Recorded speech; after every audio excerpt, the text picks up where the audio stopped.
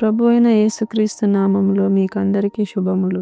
నేటి దిన బైబిల్ వాక్య పఠనము ఫిబ్రవరి 26, 2026 నిర్గమకాండము 7వ అధ్యాయము. కాగా యెహోవా మోషేతో ఇట్లనెను, ఇదిగో నిన్ను ఫరోకు దేవునిగా నియమించితిని. నీ అన్న అహరోను నీకు ప్రవక్తగా నుండును. నేను నీకు ఆజ్ఞాపించున్నది యావత్తు నీవు పలుకవలెను. ఫరో తన దేశములో నుండి ఇశ్రాయేలీయులను పోనీయవలెనని నీ అన్న అయిన అహరోను అతనితో చెప్పుము. అయితే నేను ఫరో హృదయమును కఠినపరిచి ఐగుప్తు దేశములో నా సూచక క్రియలను నా మహత్కార్యములను విస్తరింపచేసెదను. ఫరో మీ మాట వినడు గాని నేను నా చెయ్యి ఐగుప్తు మీద వేసి గొప్ప తీర్పుల చేత నా సేనలను ఇశ్రాయేలీయులైన నా ప్రజలను ఐగుప్తు దేశములో నుండి వెలుపలికి రప్పించెదను.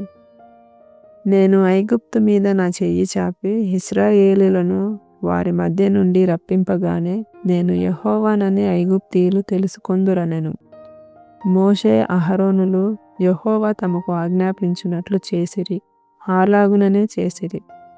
వారు ఫరోతో మాట్లాడినప్పుడు మోషేకు 80 ఏండ్లు, అహరోనుకు 83 ఏండ్లు.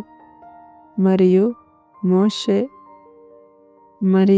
యెహోవా మోషే అహరోనులతో ఇట్లనెను, ఫరో మీ శక్తి చూపుటకై ఒక మహత్కార్యము కనపరచుడని మీతో చెప్పునప్పుడు నీవు అహరోనును చూచి నీ కర్రను పట్టుకొని ఫరో ఎదుట దాన్ని పడవేయుమనుము, అది సర్పమగును. కాబట్టి మోషే అహరోనులు ఫరో యొద్దకు వెళ్ళి యెహోవా తమకు ఆజ్ఞాపించినట్లు చేసిరి. అహరోను ఫరో ఎదుటను అతని సేవకుల ఎదుటను తన కర్రను పడవేయగానే అది సర్పమాయెను. అప్పుడు ఫరో తన విద్వాంసులను మంత్రజ్ఞులను పిలిపించెను.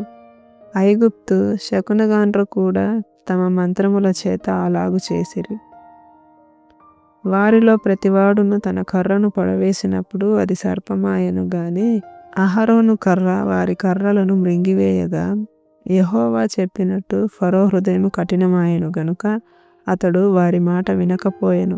తరువాత యెహోవా మోషేతో ఇట్లనెను, ఫరో హృదయము కఠినమైనది, అతడు ఈ ప్రజలను పోనీయలొల్లడాయెను. ప్రొద్దున నీవు ఫరో యొద్దకు వెళ్ళుము. ఇదిగో అతడు ఏటి దరికి పోవును. నీవు అతనిని ఎదుర్కొనుటకు ఏటి ఒడ్డున నిలిచి పాముగా చేయబడిన కర్రను చేత పట్టుకొని అతని చూచి అరణ్యమందు నన్ను సేవించుటకై నా ప్రజలను పోనిమ్మని ఆజ్ఞాపించుటకు గాను హెబ్రీయుల దేవుడైన యెహోవా నన్ను నీ యొద్దకు పంపెను.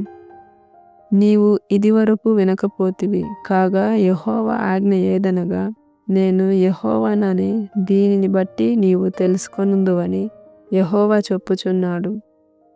ఇదిగో నా చేతిలోనున్న ఈ కర్రతో నేను ఏటి నీటిని కొట్టుదును, అది రక్తముగా మార్చబడును. ఏటిలోని చేపలు చచ్చును, ఏరు కంపు కొట్టును. ఏటి నీళ్లు త్రాగుటకు ఐగుప్తీయులు అసహ్యపడుదురని చెప్పుమనెను.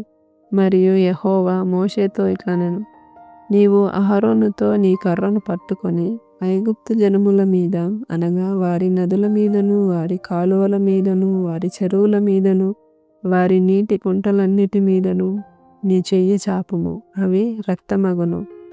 ఐగుప్తు దేశమందంతటను మ్రాను పాత్రలలోను రాతి పాత్రలలోను రక్తము ఉండునని అతనితో చెప్పుమనెను.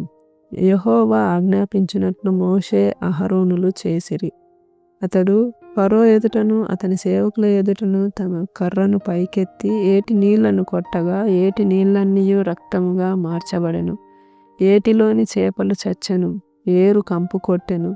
ఐగుప్తీయులు ఏటి నీళ్లు త్రాగలేకపోయిరి. ఐగుప్తు దేశమందంతటా రక్తము ఉండెను. ఐగుప్తు శకునగాండ్రు కూడా తమ మంత్రముల వలన అట్లు చేయగా యెహోవా చెప్పినట్టు ఫరో హృదయము కఠినమాయెను. అతడు మోషే అహరోనుల మాట వినకపోయెను. జరిగిన దానిని మనసున పెట్టక ఫరో తిరిగి తన ఇంటికి వెళ్ళెను. అయితే ఐగుప్తీయులందరూ ఏటి నీళ్లు త్రాగలేక త్రాగు నీళ్ల కొరకు ఏటి ప్రక్కలను తవ్విరి.